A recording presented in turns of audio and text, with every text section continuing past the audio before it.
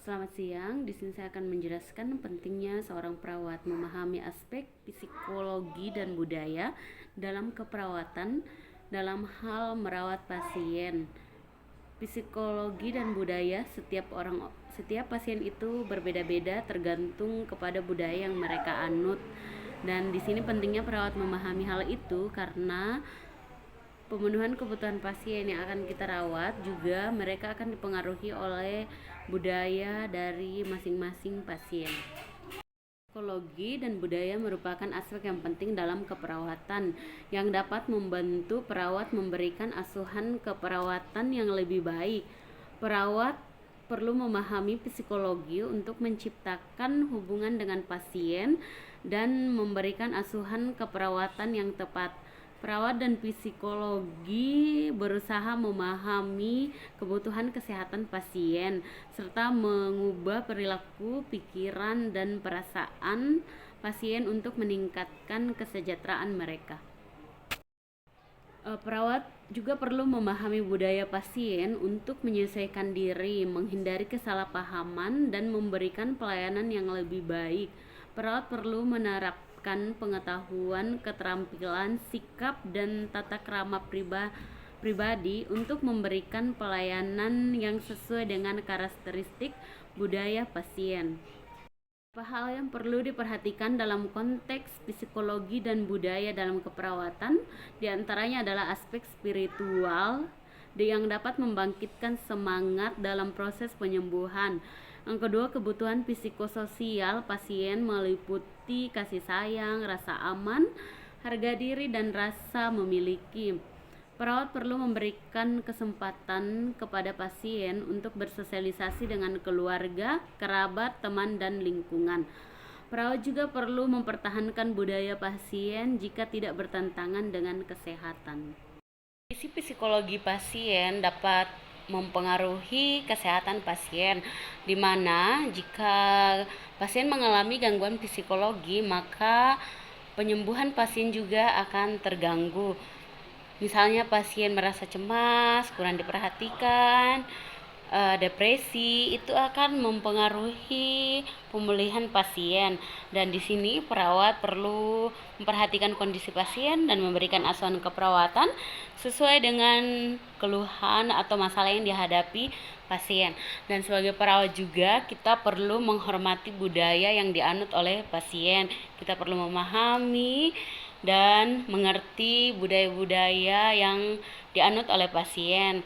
Misalnya saja dalam budaya Papua, mereka sebelum menjalani proses pemulihan atau sebelum mereka dirawat, mereka harus memanggil tokoh-tokoh agama atau tokoh adat untuk mendoakan mereka.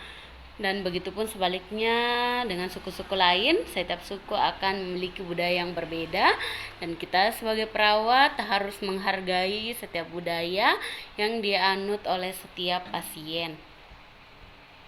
Contoh nyata budaya yang mempengaruhi kesembuhan pasien, misalnya pada budaya Toraja, kadang mereka mempercayai kepercayaan Aluk Tadolo, di mana mereka harus memanggil tua-tua adat untuk mendoakan untuk memperoleh kesembuhan. Dan misalnya juga bagi suku Papua, misalnya mereka mengalami sakit penyakit, kadang mereka harus mengorbankan hewan, misalnya memotong babi untuk memperoleh kesembuhan. Dan daripada itu pasien-pasien mempercayai budaya mereka, dan kita sebagai perawat bila itu tidak bertentangan dengan norma dan aturan-aturan, maka kita harus menghargai setiap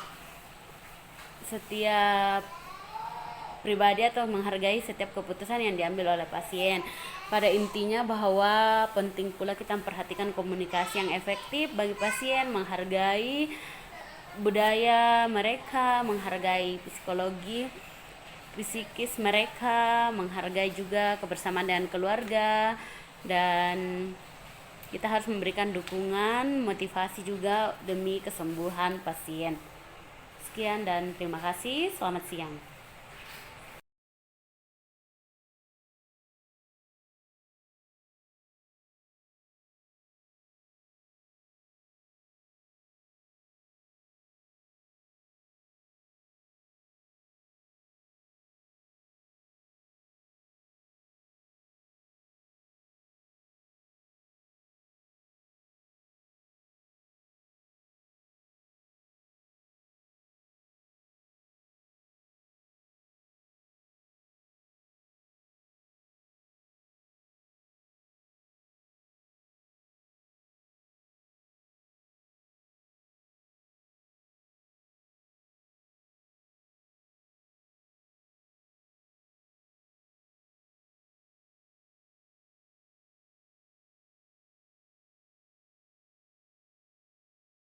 pagi. Hari ini saya akan menjelaskan tentang perawatan paliatif, di mana seorang perawat harus memperhatikan apa-apa yang harus kita berikan kepada pasien yang dalam kondisi yang terminal.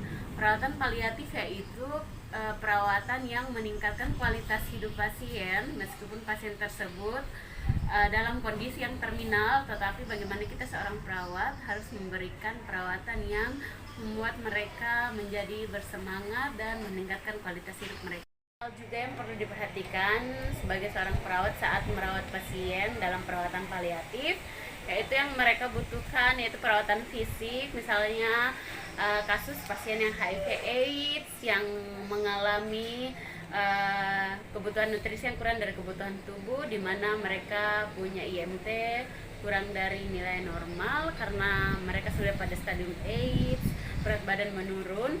Dan yang harus kita perhatikan yaitu kita memberikan juga dukungan secara moral, sosial, spiritual, dan kita juga membantu pasien-pasien tersebut untuk semakin mendekatkan diri kepada Tuhan, sehingga daripada itu mereka dapat dengan lapang dada menerima kondisi mereka. Dengan dukungan emosional juga perlu kita berikan kepada pasien, dukungan spiritual, dukungan emosional, misalnya saat pasien sakit atau berada di ruang perawatan, kita sering berbicara dengan dia, membantu berdoa atau berdoa bersama, terus berempati, mendengarkan keluh kesah dari pasien, sehingga pasien merasa bahwa mereka diperhatikan, mereka disayang, mereka dipedulikan, sehingga dengan begitu mereka bisa semakin bersemangat dalam menjalani kehidupan yang mereka jalani.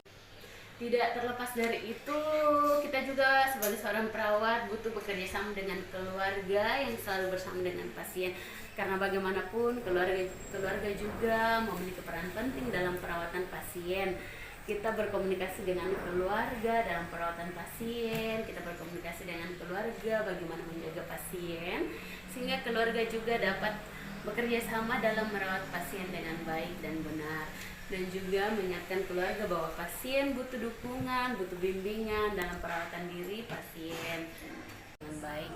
Dan inilah tujuan perawatan paliatif kita, yaitu bagaimana kita sebagai seorang perawat kita meningkatkan kualitas hidup pasien-pasien yang mengalami penyakit terminal, misalnya HIV/AIDS, stroke, dan lain-lain.